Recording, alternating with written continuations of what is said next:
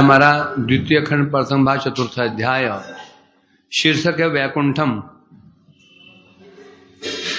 इसमें यहां जो इस संशय आशंका आ गई थी, यदि वैकुंठ में भी सबके पास विमान है, ऐश्वर्य है, भोग्य वस्तुएं हैं, तो फिर वे कौन हुए? वे भी भोगी बन गए, विषय बन गए। तब बता रहे ऐसा नहीं, उनके पास सब भोग्य वस्तुएं होते हुए भी वो विषय नहीं है। क्या प्रमाण है? क्या प्रमाण है? बड़े बड़े मुक्त महापुरुष भी उनकी चरण वंदना करते हैं।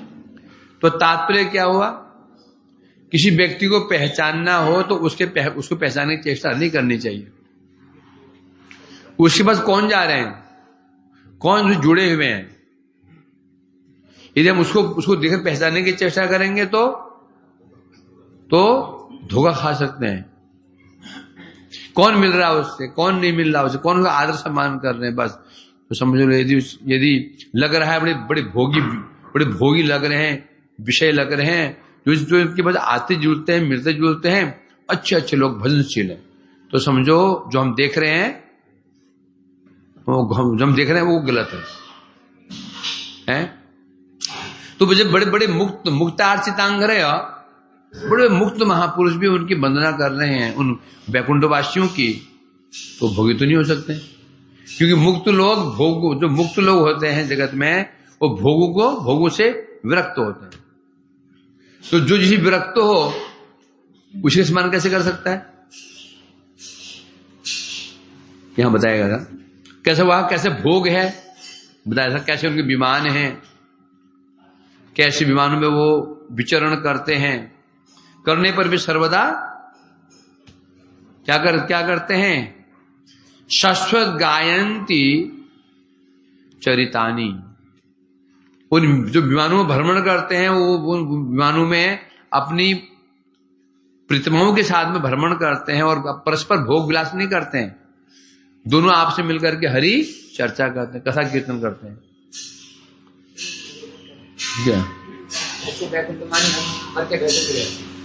तो हम ये वहां की मिल पे वहां मिल जाएगा तुमको। बिल्कुल, जब व्यवस्था करने की जैसे लोग परिकर हैं वहाँ पे, उनकी फैमिली तो होगी, उनकी है, तो कभी तो संतान नहीं होती है? संतानों का तो है, क्यों नहीं होगी? अच्छा, हो जाएगी। जो मना कर रहे वो लोग अरे क्या सुन रहे हो? लीला के लिए वो कुछ भी कर सकते हैं। लीला के लिए आप परिवार प्रकाशित कर सकते हैं, विमान प्रकाशित करते हैं, ऐश्वर्य प्रकाशित कर सकते हैं। कोई बंदर बन सकता है, कोई दैत्य बन सकता है, कोई देव बन सकता है। किस लिए? यदि सब वहां कोई परिवार ही नहीं तो फिर तो उनकी सेवा कौन करेगा? लक्ष्मी नारायण की सेवा तो पुरुष करेंगे, और जो लक्ष्मी सेवा कौन करेगी? लक्ष्मी जी अकेली रहेगी उधर उनकी सेवा कौन करेगा? ये सब परिकर ही रह गए, जेंट्स परिकर, तो लक्ष्मी जी तो है। इसलिए सर्वोच्च जिन्हें परिकर हैं, समर्थ हैं, दोनों की सेवा कर, लक्ष्मी नारायण सेवा करने के लिए वैसा रूप धारण कर लेते हैं, परिवार प्रकाशित कर देते हैं। ज्ञान हो गया, ऐश्वर्य हो गया, वह प्रकाशित कर देते हैं प्रभु की सेवा करने के लिए। तथापि ते निर्विकारता प्रांत सीमा प्राप्ता सतन्वते विकारात लीलया चित्रान प्रभु लीलानुसारिण। अब उनकी पत्नियां भी हैं, उनके पुत्र भी हैं, पत्नियां भी हैं, विमान भी है, उनके बड़े बड़े महल भी हैं, ऐश्वर्य भी है, होने पर भी कौन है वो? निर्विकारता प्रांत सीमा। प्रांत किसे कहते हैं? प्रांत सीमा मतलब अंतिम सीमा, प्रांत की सीमा। प्रांत सीमा क्या हो गया? प्रांत की सीमा। जैसे मथुरा सीमा क्या हो गया? वृंदावन सीमा क्या हो? मथुरा की बॉर्डर, उसके बाद वृंदावन समाप्त। प्रांत सीमा उसे कहते हैं। यहां से वृंदावन होते होते पागलोबा, ये क्या है, वृंदावन की प्रांत की सीमा है, उसका फिर वृंदावन नहीं है, चरम सीमा जी कहते हैं। तो यद्यपि उनके पास सब कुछ है, विषय है, भोग है, परंतु निर्विकारता प्रांत सीमा, निर्विकारता की चरम सीमा को प्राप्त है, उन्हें विकार नहीं है, हैं? अब यदि विकार नहीं है तो फिर लीला क्या करेंगे? कि सेवा करने के लिए क्या चाहिए? विकार होना चाहिए ना। यदि शिष्य के अंदर विकार नहीं है, भक्त में विकार नहीं है, सेवा क्या करेगा वो? विकार मैंने क्या? अपने मालिक के दुख में दुखी, सुख में सुखी। कैसे कैसे मैं मालिक को सुखी सुख करूं, कैसे सुखी बनाऊं, कैसे सुखी बनाऊं, है ना, कैसे अच्छा खिलाऊं, कैसे पहने, विकार इच्छाएं हो रही ना, विकार में इच्छाएं, कैसे अच्छा कपड़े पहनाऊं, कैसे अच्छे खिलाऊं, कैसे इनको आनंद प्रदान करूं, ये विकार हो गया। यदि निर्विकारी हुए तो लीला कैसे होगी? इसलिए कहते हैं यद्यपि वे निर्विकारता की चरम सीमा को प्राप्त कर चुके हैं, तथापि विकारात लीलया चित्रान प्रभु और लीला अनुसारिण, तथापि अपने प्रभु की लीला के अनुरूप जैसे उन्हें जैसी प्रभु की सेवा करनी होती है, सेवा अलग अलग, जैसे उनकी प्रभु को अपने प्रभु की सेवा करनी होती है, उस सेवा के अनुरूप ही वे विचित्र रूप आदि धारण कर लेते हैं, जैसी सेवा करनी होती है। यदि केवल चरण दबाना है तो सेवा करेंगे, यदि अब प्रभु की आरती उतारनी है तो आरती अगले उतारेंगे नहीं, तो फिर उसमें क्या होगा? अपने परिवार प्रकाशित कर दिया, परिवार हो गया, सब मिल गया, आरती कर रहे भगवान, सेवा कर रहे। इस प्रकार से बता रहे हैं यहां पर विकार तो नहीं है, तो भी विकार ना होने पर भी भगवत जैसी लीला करते हैं, प्रभु की लीला के अनुरूप, सेवा के अनुरूप विचित्र रूप आदि कहते हैं, रूप विचित्र परिवार, विचित्र ऐश्वर्य प्रकाशित कर देते हैं। तो कैसे करते हैं? परंतु लीलावशत, लीलावशत क्या होता है? मतलब केवल प्रभु की सेवा करने के लिए, अब भोग के लिए नहीं। ये वहां की विचित्रता है। ठीक है, मैं कह रहे हैं उन वैकुंठ वासियों के द्वारा, अब जैसे पहले सुना, वहां कोई नर है, कोई बानर है, कोई देव है, कोई दैत्य रूप में है, कोई बानर रूप में है, कोई नर रूप में है, सुना पीछे। तो वहां नाना प्रकार के जो रूप धारण करने के लिए विकार की आशंका नहीं की जा सकती। भाई जगत में क्या होता है? विकार। हमने दुष्कर्म किए, उसका विकार क्या है? क्या है? निकृष्ट शरीर, सही है ना? जो हमने दुष्कर्म किए, निकृष्ट शरीर प्राप्त हो गया, निकृष्ट हम योनि प्राप्त हो गई। अब यहां बता रहे हैं जो वहां वे लोग नाना पर रूप धारण करते हैं भगवान की सेवा करने के लिए, तो वहां विकार की आशंका नहीं की जा सकती। रूप धारण जरूर करते हैं तो विकार नहीं है। विकार किसे कहते हैं? अभी हमारे क्या है जगत में, जैसे हम अभी हम कोई ब्राह्मण है, उसमें विकार क्या है? मैं ब्राह्मण हूं, विकार है। फिर क्षत्रिय बन गया, मैं क्षत्रिय में, विकार आ गया उसके अंदर। फिर शूद्र में शूद्र हूं, मैं बालक हूं। ये जो विकार हैं, ये विकार वहां पर नहीं है, आशंका नहीं की जा सकती। वो वहां पर जो भी रूप धारण कर रहे, केवल भगवान की सेवा के लिए धारण कर रहे, बस केवल भगवान की सेवा के लिए धारण कर रहे हैं। फॉर एग्जाम्पल, यदि कोई व्यक्ति किसी फैक्ट्री में नौकरी करता है, क्या नौकरी करता है? दरबान की नौकरी, दरबान, चौकीदार।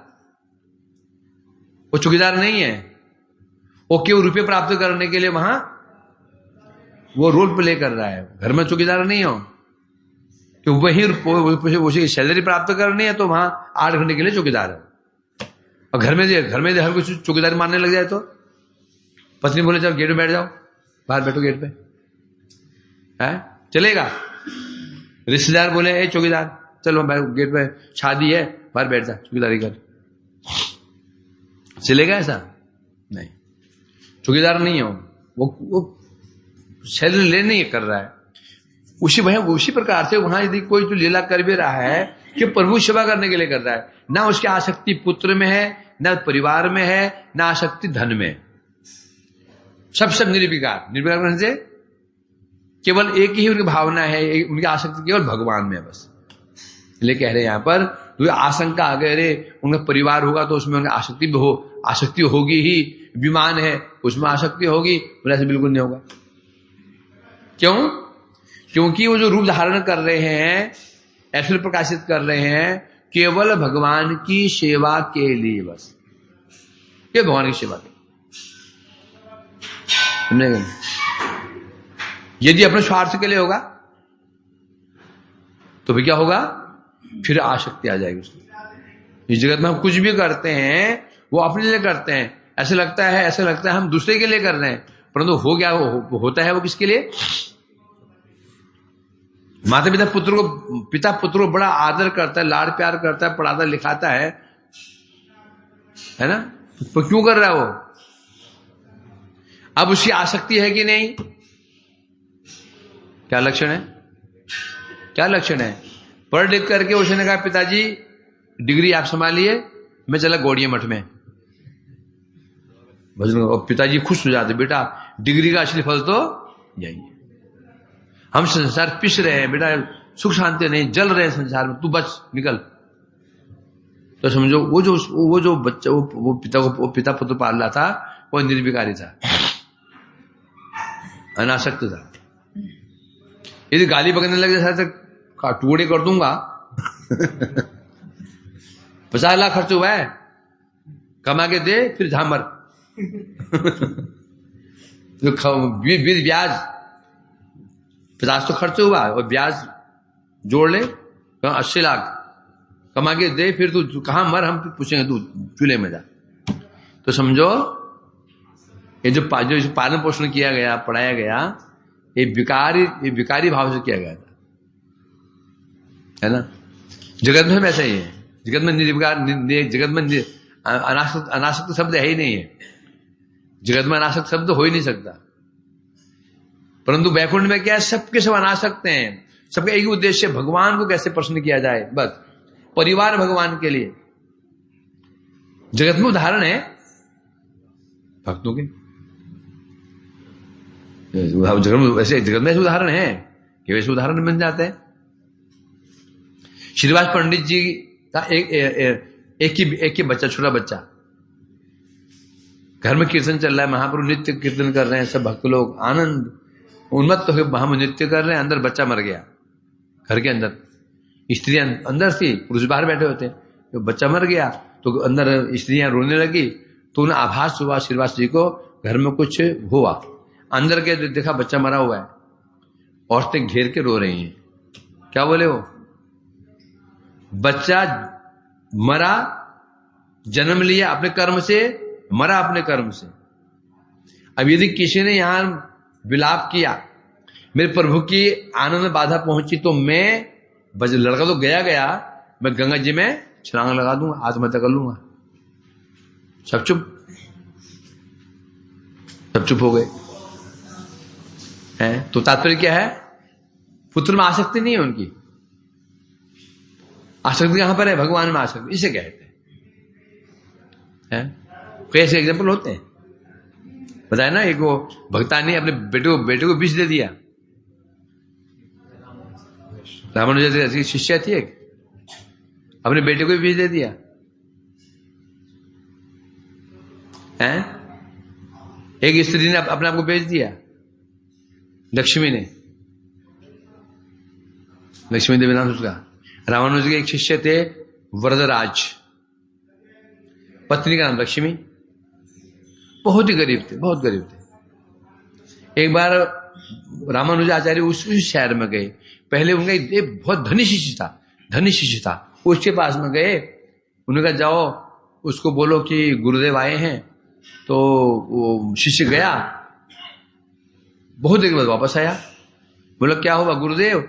आपका आगमन सुनकर के बड़ा प्रसन्न हुआ, वो खुश हो गया, बाहर ही नहीं निकला। तो बोले छोड़ो उसको। एक जो यहाँ पास में एक मेरा शिष्य और है वरदराज, उसे घर में जाओ।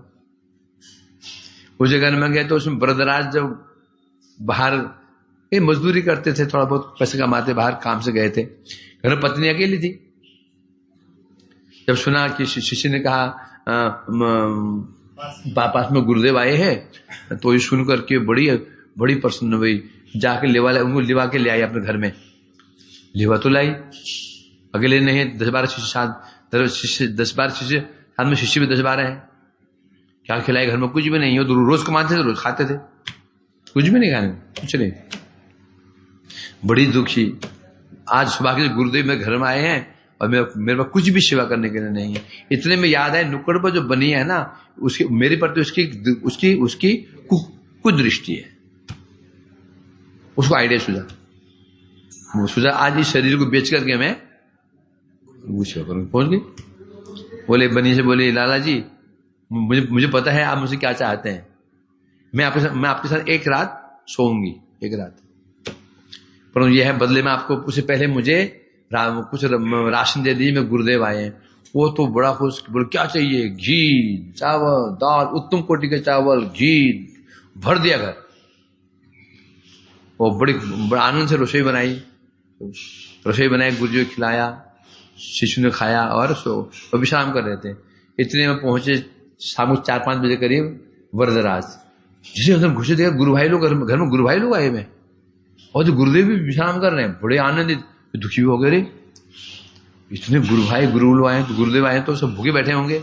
इतने में घर के अंदर से खुशबू आ रही है, घी की खुशबू, बासमती चावल की खुशबू, हलवे की खुशबू, कचौड़ी की खुशबू कौन से आ रही है? अंदर देखा तो पतीलों में कोई चावल है, किसी में हलवा है। बड़ा आश्चर्य पड़ गए। लक्ष्मी कहीं क्या सब कहाँ से लाई? उसने कहा देखो ऐसी बात है, आज रात मेरे को बनी के बजाना होगा। ये सुनते ही उसने अपनी पत्नी पैर पकड़ लिए। मैं सुना था कि तन से, मन से, धन से सेवा होती है। धन से, मन से तो मैं जानता था, वो तन से सेवा होती है अजाना। मैं समझता बस पैर दबा दो तन से हो गई। तन से सेवा ऐसी भी होती है, तुमने आज सिद्ध कर दिया। आज तुम मेरे गुरु में तुम्हारा चरण पकड़ लिया। तुम इसे कहते तन से, तुमने तन को भेज दिया। सोचो और कोई व्यक्ति होता, तेरी इतनी हिम्मत, तेरी तूने उसके पास जाने की सोच भी कैसे लिया? गुरु जा चूल्हे में है, गाल तो थापड़ लगा देते उसके, तो शर्म नहीं आती? तू कैसे उल्टा इस तरीके बोलता ना। वो तुम धन्य हो। आज तुम्हारा जीवन शरीर धारण करना सार्थक हो गया। संडे के समय मैं तुम्हें स्वयं पहुंचा करके आऊंगा। सोचो कैसे कैसे कैसे उदाहरण रहे। अब शाम को जब जाने लगी तो गुरुदेव ने कहा, लक्ष्मी कहाँ जा रही हो? नहीं गुरुदेव कुछ नहीं ऐसे जा रही, नहीं खान सच बोलो। अब गुरु से झूठ बोलेगी नहीं, ऐसी बात है। तो उसने कहा, तो रामानुजन ने जो प्रसाद बचा हुआ था, तो प्रसाद पकड़ा दिया। पहले उस बनिए को थोड़े प्रसाद दे देता, पति लेके गया उसको छोड़ने के लिए। सोचो पति छोड़ लेकर गया, छोड़ने को छोड़ के आएगा उसको। जब अंदर पहुंची वो तो बिल्कुल उतावला बैठा ही था। उसने कहा पागल तो भाई, तो उसने कहा पहले थोड़ा प्रसाद ग्रहण कर लीजिए। वो तो आज जहर भी खा लेगा। जो फट मुख में डाला उसने, जैसे मुख में डाला ना, जैसे मुख में डाला वो सारा जो उसके हृदय काली में थी नाश हो गई। उसको याद आने लगा, मेरी कैसे कमाल है, ये स्त्री अपने शरीर को बेच के गुरु सेवा करने गई और मेरे अंदर कोई विकार नहीं आया। मेरी ये भी नहीं आया कि इस जगत में कोई ऐसे करता नहीं है कि अपना शरीर बेच के किसी को खिलाए। यहां तक लड़की भी अपना शरीर बेच करके बाप की सेवा नहीं कर सकती। कर सकते क्या? कर दे, लड़की कर देगी अपने बेच कर पिता की सेवा। पत्नी अपने बेच के पति सेवा कर देगी? कर सकती है? नहीं करेगी। पहले अपनी लज्जा पहले बचाएगी। बस हृदय सब निर्मल हो गया। चरण पकड़ लक्ष्मी जी के, तो बोले मुझे अपने गुरुपा लेके चलो। तो वहां लेके गई, गुरुपा लेके गई। गुरुजी ने उसको मंत्र दिया, तो उसने दीक्षा ग्रहण कर ली बनिए ने। इसे कहते हैं अनासक्त।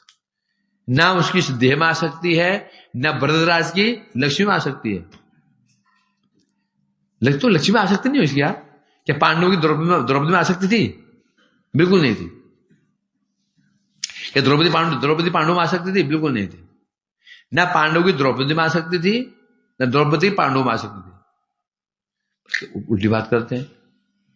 द्रौपदी की आसक्ति वैष्णवों में थी।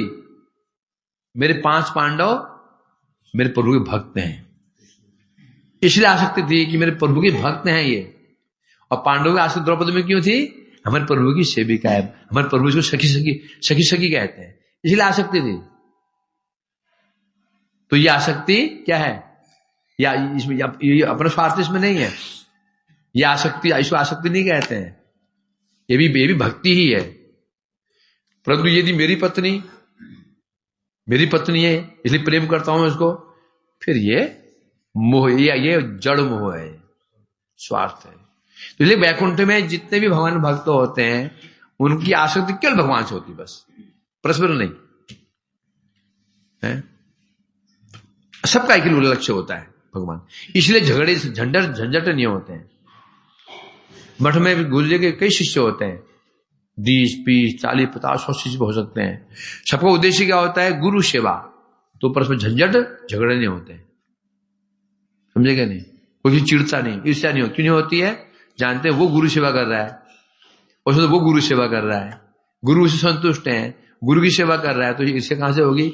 जहां अपना प्रश्न आ जाएगा, लोग मेरे को जाने, मुझे समझे, मुझे माने, बस मैं गुरु की सेवा करूंगा तो लोग मेरे को समझेंगे, हाँ गुरु सेवक है, सम्मान देंगे, तो मामला चौपट। फिर होड़ लग जाएगी, मैं गुरु की सेवा करूं पर्सनल, क्योंकि भविष्य में लोग मेरे को सम्मान करेंगे। अब झगड़े क्या हो जाएंगे? शुरू। तो अगर वैकुंठ में ऐसा नहीं है, इसलिए कह रहे हैं यहां पर, तो वहां जो वैकुंठवासी है उनका जो ऐश्वर्य है, उनका जो वैभव है, उनका परिवार है, सब भगवान की सेवा के लिए प्रकाशित करते हैं। बोल। कोई गुरु सेवा कर रहा है या गुरु सेवा की इसने, तो वो अपनी महिमा को दिखाने के लिए कि मैं भविष्य में मेरे को लोग जानेंगे और मेरी बड़ाई करेंगे, तो इसलिए कर रहा है। तो उसको कैसे पहचाना जाएगा कि ये अपने आप को गुरु सेवा दिखाने के लिए सेवा की? तो फिर शिवा नहीं है उसकी। उसको पहचानेंगे कैसे कि ये वास्तव में गुरु सेवा ना होकर के? अभी कोई बात है? लक्षणों से लक्षण क्या है? गुरु सेवा का लक्षण क्या है? दीनता है, मैं तो कुछ कर ही नहीं पाया। सेवा का लक्षण क्या है? दीनता। जो सेवा करेगा ना उसे लेगा मैं कुछ कर ही नहीं पाया, कुछ नहीं कर पाया मैं गुरु जी, मैं कुछ कर ही नहीं पाया। भक्त क्या बोलता है? हे प्रभु मैं आपको कुछ नहीं कर पाया। सुबीर की कथा चल रही है, शत्रु कह रहे ना, क्या कह रहे हैं? हम अपराधी हैं, हमने अपराध कर दिया, हम अपराधी हैं। मैं अपराधी हूं ये कौन कहेगा? मैं वैष्णव हूं तो सब कह सकते हैं, मैं वैष्णव हूं कौन क्या कहेगा? मैं वैष्णव हूं, एक अवैष्णव भी कहेगा मैं वैष्णव हूं, एक अवैष्णव भी कहेगा मैं वैष्णव हूं, तो एक वैष्णव भी कहेगा मैं वैष्णव नहीं हूं। इस जगत में जो जड़ जगत में भी कई लोग ऐसे होते हैं जो अपने आप को श्रेय बोलते हैं, अरे नहीं, और फॉर्मेलिटी होती है, अरे नहीं ऐसी बात है। जगत में होता है ना भाई, आप तो नहीं, मैं भला क्या हूं, मैं आपको दास हूं, बोलते जरूर है जगत में, बोलते नहीं बोलते क्या? यदि जगत में आप किसी प्रश्न करते हो, भाई आपने बड़ी कृपा की, अरे ऐसे क्यों कहते हैं, ये तो मेरा सौभाग्य था, बोलते हैं नहीं बोलते हैं? ये फॉर्मेलिटी जरूर है, अंदर तो मुझे मजा आ रहा है सुनने में, है ना? परंतु मैं वैष्णव हूं, मैं भक्त हूं, कौन बोलेगा ये? जो भक्त नहीं है। जो भक्त है ये बोलेगा ही नहीं। क्यों ऐसे अब जो भक्त बोलता है, क्यों बोलता है भक्त नहीं हूं, मैं सेवा नहीं की? क्योंकि सेवा, जहां जो सेवा होती है, सेवा में तृप्ति नहीं होती है। सेवा जो होती है उनकी तृप्ति हो ही नहीं सकती, समझे कि नहीं? अरे मैं सोचेगा मैंने सेवा तो की, तो वो चीज रह गई। जगत में ऐसा होता है जैसे एक माँ बच्चे को बाजार ले जाती है, वहां जो सामान तो ले आई, फिर मन में कहते हैं ना, वो खिलौना बगल में खिलौना और था, वो रह गया, वो उसको संतुष्ट हो गया, नहीं आती हो। आ रही थी, जब आ रही थी तो किसी एक बच्चे के पास एक और आइटम था, देख लिया उसने, मन में यार वो तो रह गया, वो दे नहीं पाई। ये स्वभाव होता है, प्रेम का स्वभाव होता है, करेगा बहुत कुछ करने पर भी तृप्ति मिलेगी नहीं, मैं कुछ किया ही नहीं, मैंने कुछ किया ही नहीं, मैंने कुछ किया नहीं। ये है प्रेम का लक्षण। मैंने कर दिया, बहुत कर दिया, समझो विराम आ गया। क्या आ गया? विराम आ गया।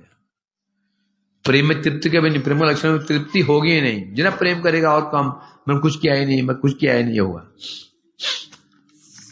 तो इसलिए कह रहे हैं यहां पर, तो वैकुंठ में जो ऐसी समस्या क्यों नहीं है, सबका एक ही लक्ष्य है, भगवान की सेवा।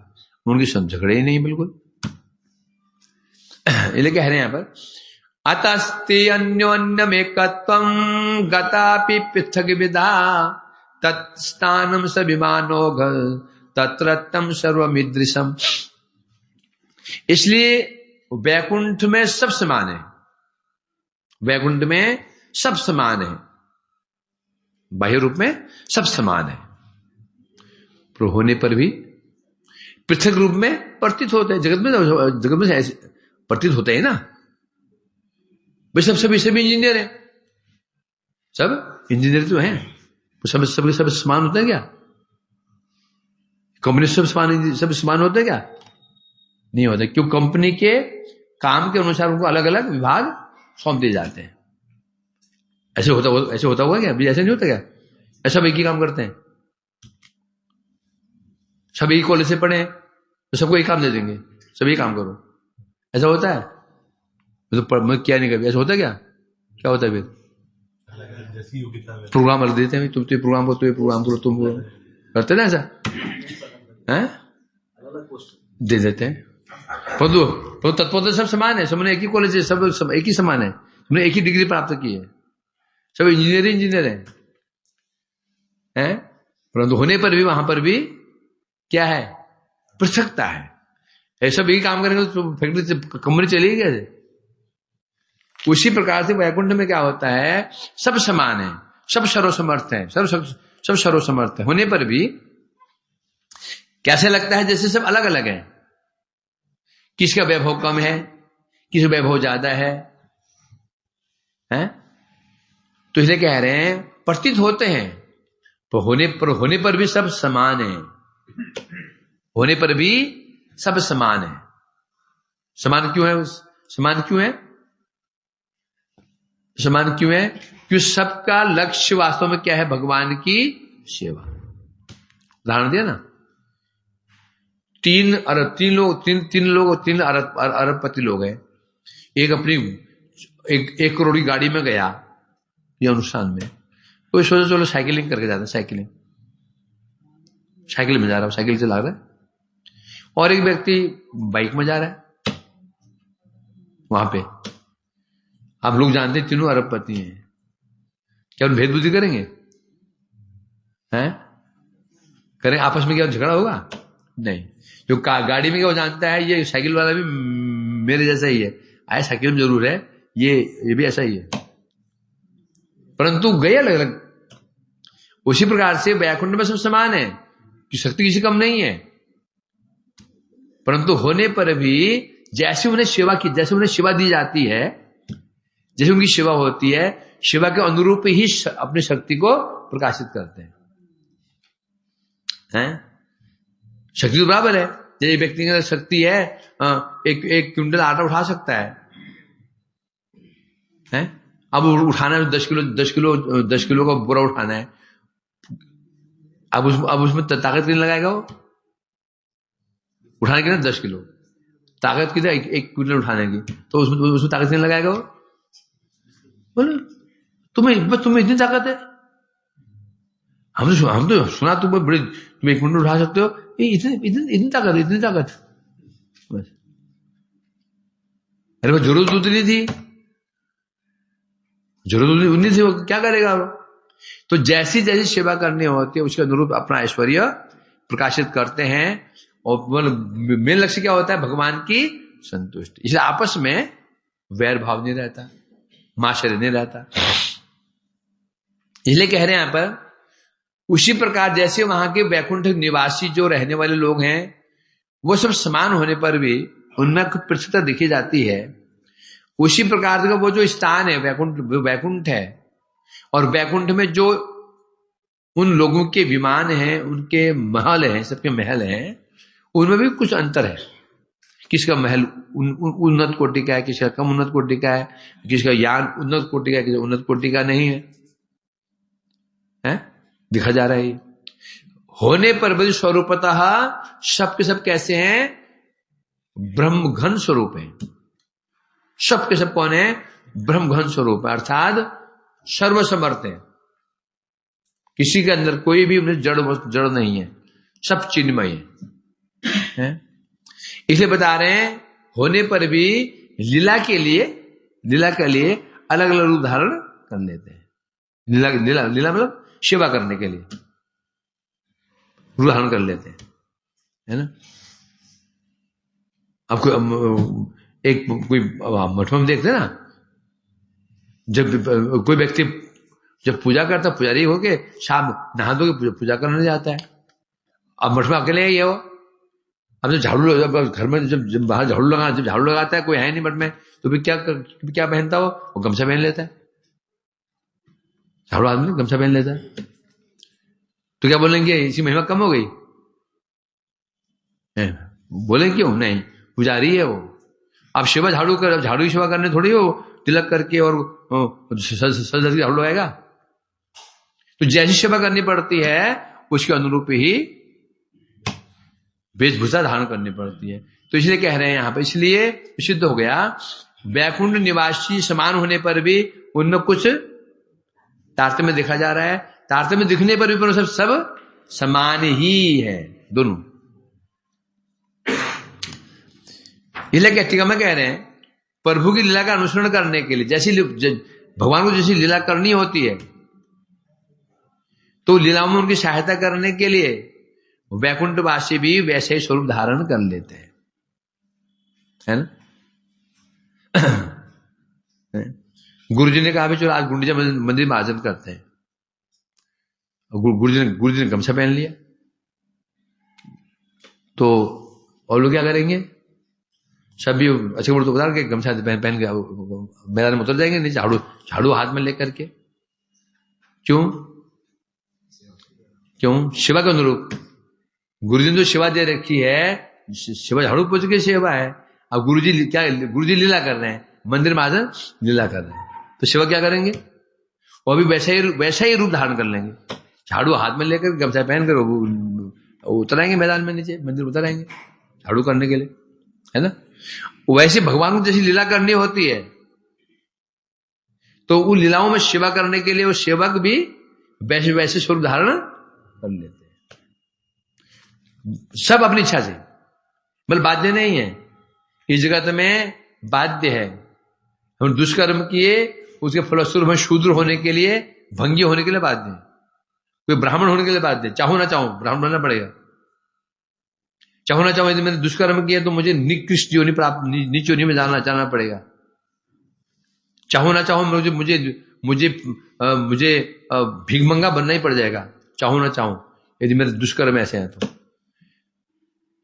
सत्कर्म ऐसे है तो मुझे चाहो ना चाहो धनी बनना ही पड़ेगा, धनी बनना ही पड़ेगा। मैं धनी नहीं बनूंगा, लाभ बचने से बच नहीं पाओगे, तुम धनी बनना ही पड़ जाएगा। कहने के तुम्हें धन आ जाएगा, बच नहीं पाओगे। के कारण क्या है, इस जगत में सब लोग बधे हुए। किससे बधे हुए?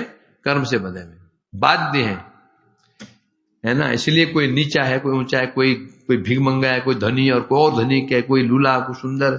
परंतु वहां पर यदि कोई वहां पर है ना, कोई नर रूप में है उसकी इच्छा, बानर रूप में है उसकी इच्छा, दैत्य रूप में उसकी इच्छा, देव रूप में है उसकी इच्छा। जैसी लीला करनी होती है, भगवान ने इच्छा की आज ऐसी लीला करनी चाहिए, युद्ध होना चाहिए, युद्ध। अब युद्ध किसे करेंगे? उसमें एक कुछ सेवक क्या बन गया, दैत्य बन गया। क्या बन गया, दैत्य बन गया। थोड़ी भगवान युद्ध किसी का करेंगे, भक्तों से युद्ध करेंगे, सेवकों से युद्ध करेंगे, वो दैत्य बन गया। अब दैत्य क्यों बना, वो जो प्रभु लीला करना चाहते हैं सेवा करने के लिए,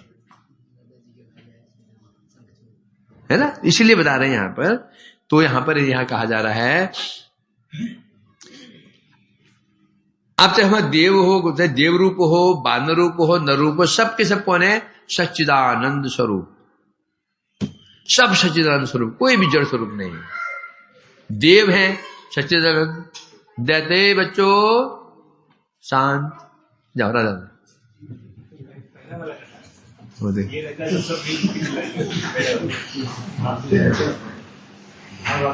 एक बैग आगे, बैग पीछे, दो बैग दो, छोटी बात। भाई का बैग ले जा रही हो, हैं? पहले ही प्रणाम करके जाती है, ऐसे नहीं करती है। जैसे समझा ना, ये किसी बच्चे हैं। अब उनको जल्दीबाजी है मोबाइल लेने की, हैं? जल्दी जब जाती बैग पटक करके, मोबाइल का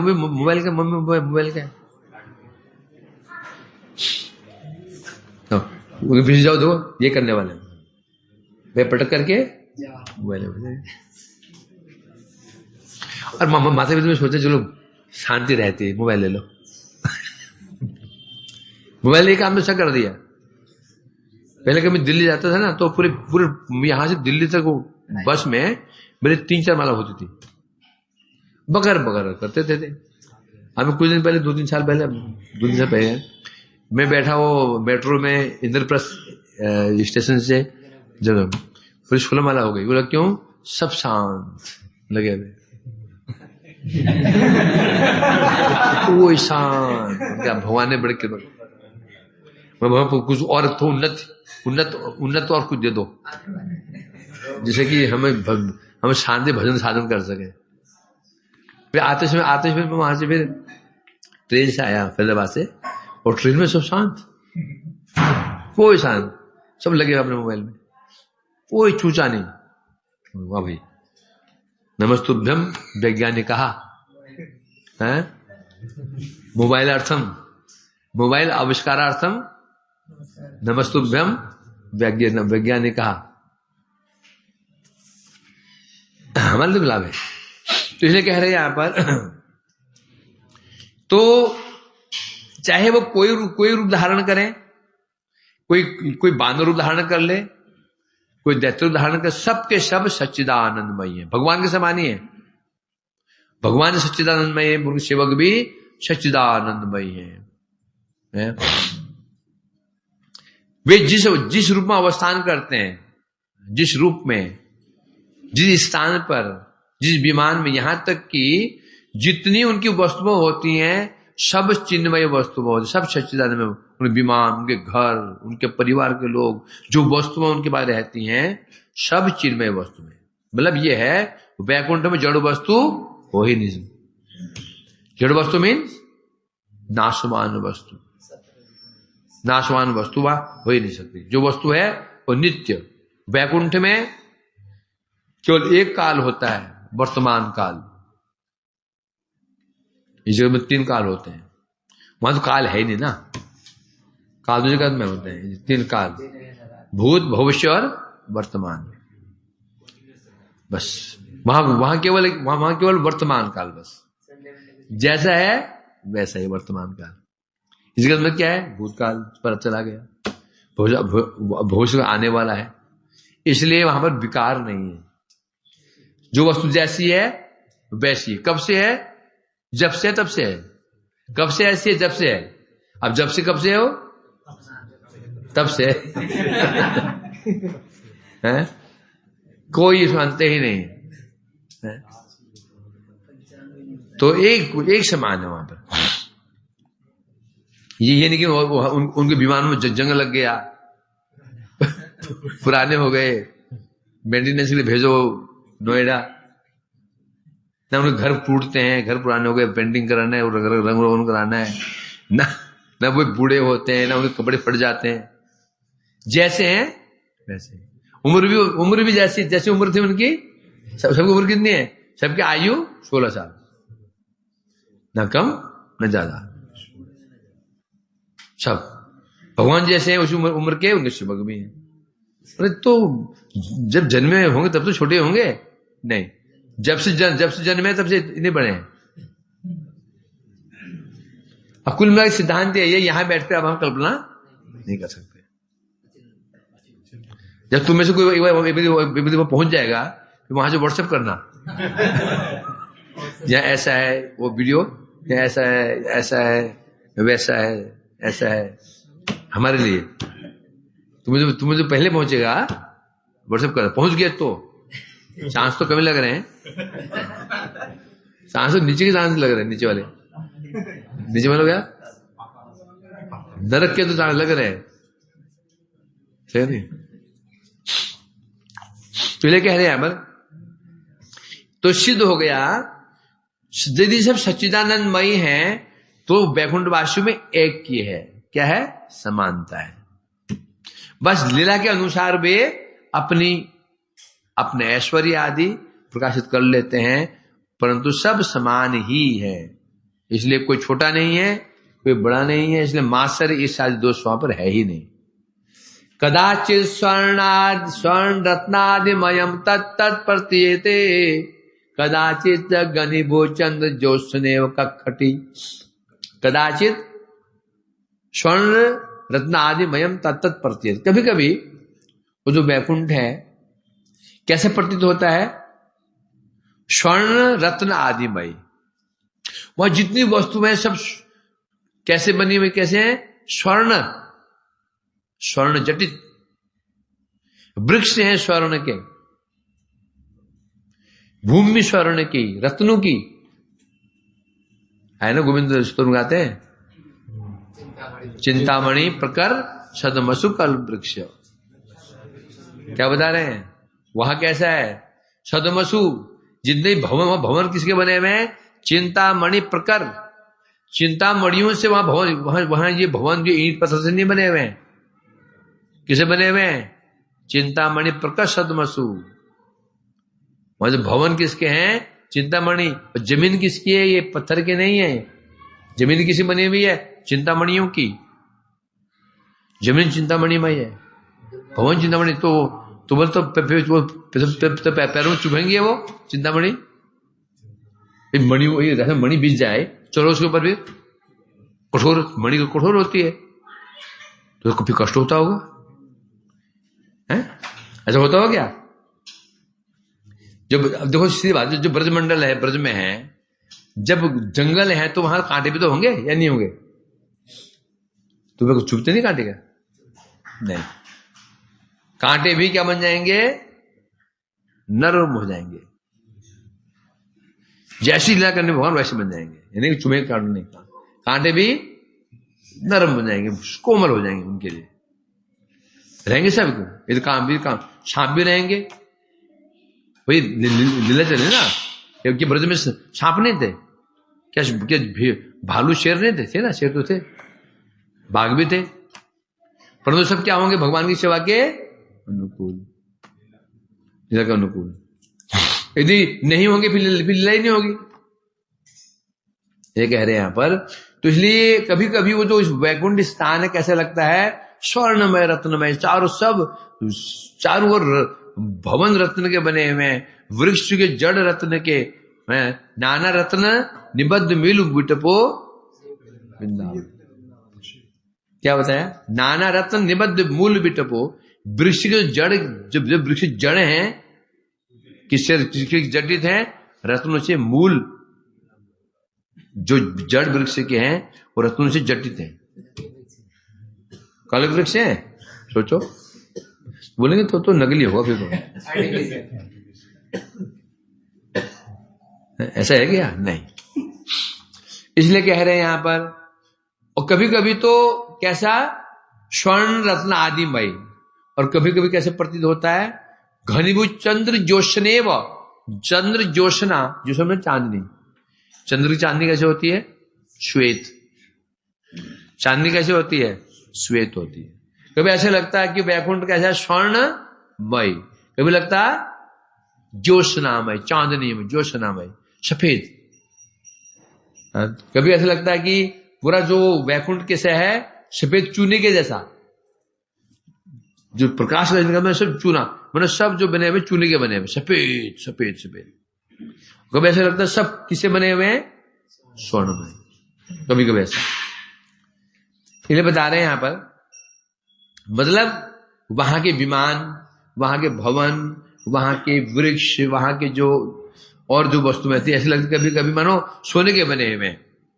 कभी ऐसा लगता है नहीं नहीं सोने के लिए बने हैं, ये मानो सफेद चूना है ना, चूना सफेद चूना होता है, मन उसके बने हुए।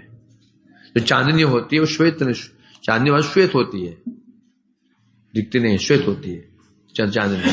तो जो तुलना कर रहे हैं चांदनी की, तुलना किसे कर रहे हैं? श्वेत चूने से कर रहे हैं, ऐसे प्रतीत होता था। तो बस तो कभी स्वर्णमय कभी चूनामय, श्वेत कैसे? तो क्योंकि वैकुंठ है वो है विशुद्ध मधुर घन तेज होने के कारण, वहां यही तो विशेषता है। इस जगत में एक रंग है तो एक ही रंग है, एक रंग है तो एक ही रंग है, परंतु वहां पर क्या है? जैसी जैसी प्रभु की लीला करनी होती है वो चीजें भी वैसे बन जाती है। कथंचित तत्प्रभावेन विज्ञातम न चान्यथा गर्हितुम कृतद रूपम मनसा न शक्यते। अब यहां सब क्लियर हो गया। क्या बता रहे हैं? कथंचित तत्प्रभावेन विज्ञातम शान्न। अब अभी जो हमारे मन प्रश्न उठ रहा है, ये कैसे हो सकता है ना? सब स्वर्णमय है, कभी सफेद है, कभी सोने जैसा है, ये कभी है विमान वहां ऐसे हैं, है ना? मन में सब प्रश्न बता रहे हैं यहां पर।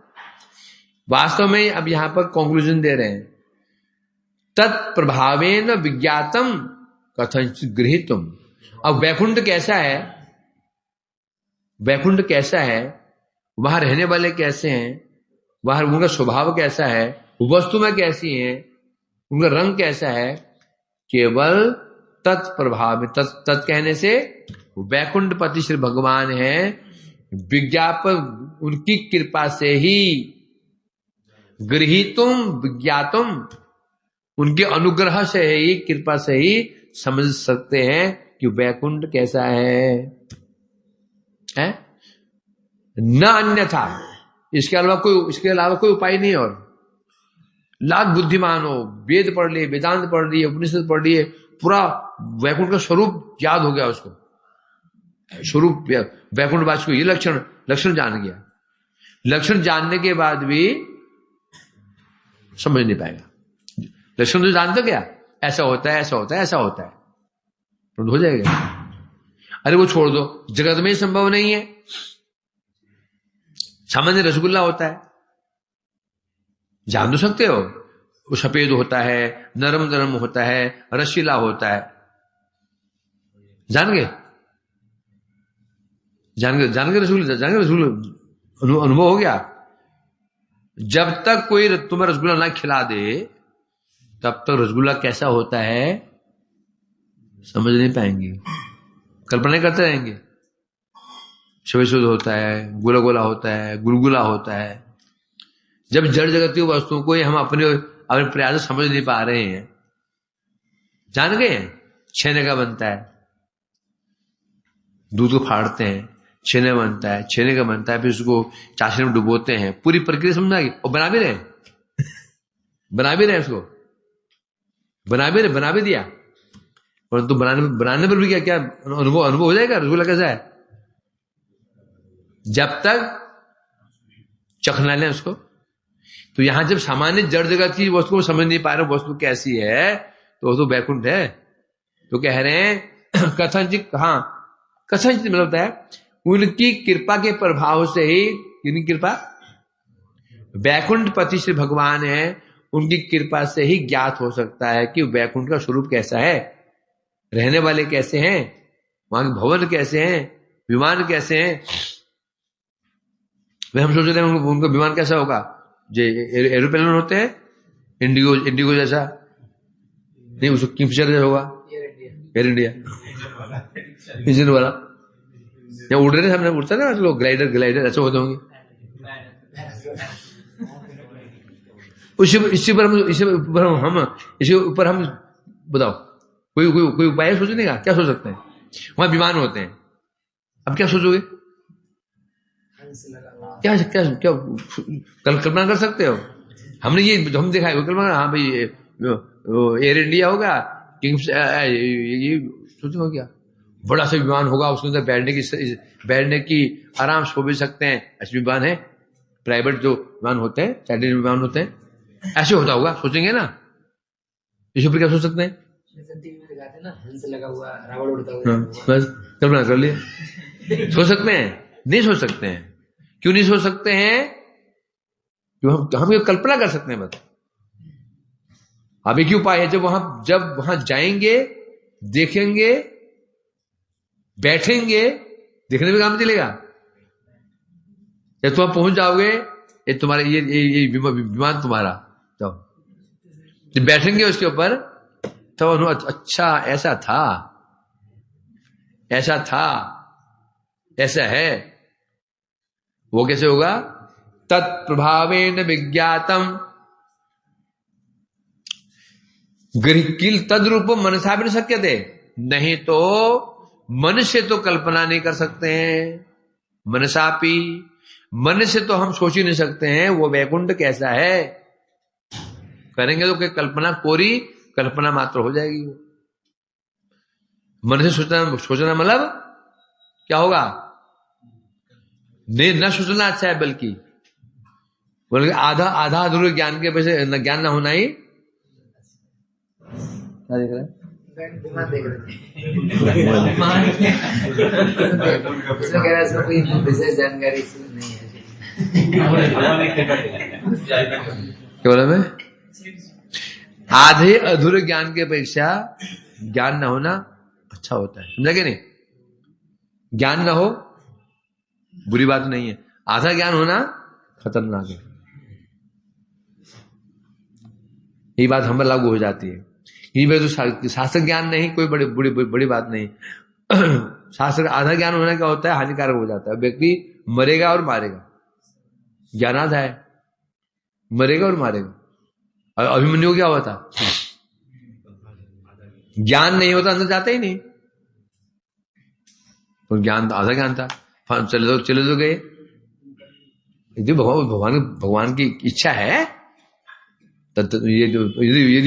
यदि उस दिन अभिमन्यु नहीं होता तो युद्ध उस दिन पांडव हार जाते। प्रभु की इच्छा है ना, वो दिखा तो ही जाता है ना। है एक स्टोरी है ना, अलीबाबा 40 चोर, वो काशी में घुस जाता है, अब बाहर निकलने के बोलने के भूल जाता क्या बोलना है। कभी कि खुल जा ये, कभी वो खुल जा वो, कभी जौ खुल जा तिल, वो बोलता रहता है। डाकू आ जाते हैं, काट उठ के छोड़ देते हैं, मार देते हैं, भूल जाते ना। सिमसिम कहना घुस तो क्या, सिमसिम कहना अंदर मत तो हो गया, वो अशरफी को भरने में भूल गया क्या बोलना है। ज्यादा कहानी की नहीं। 40 तो इसलिए कह रहे हैं अब स्कूल में हर पाठ था 40 तो अब अनेक के जैसे हैं, आधा ज्ञान हानिकारक होता है। हमारा भी ऐसा होता है, ज्ञान आधा है, फिर उपदेश देने चले गए, वो बेचारे का सर्वनाश कर दिया। और ज्ञान आधा उपदेश दे दे, आधा उपदेश दे दिया उसको, सुनना कैसे? कितने माला करते हो जी? 16। पागल है क्या? 16 तो 1 लाख होना चाहिए। आप उपदेश किस दे रहे हैं? गृहस्थ को, जिस पत्नी, जिस स्त्री 2 बच्चे हैं, उनको 1 लाख नाम करना। और बेचारी नौकरी भी कर रही है, अब नाम करने बैठ गई, पत्नी का जाओ, निकल जाओ घर से, भजन ही करो।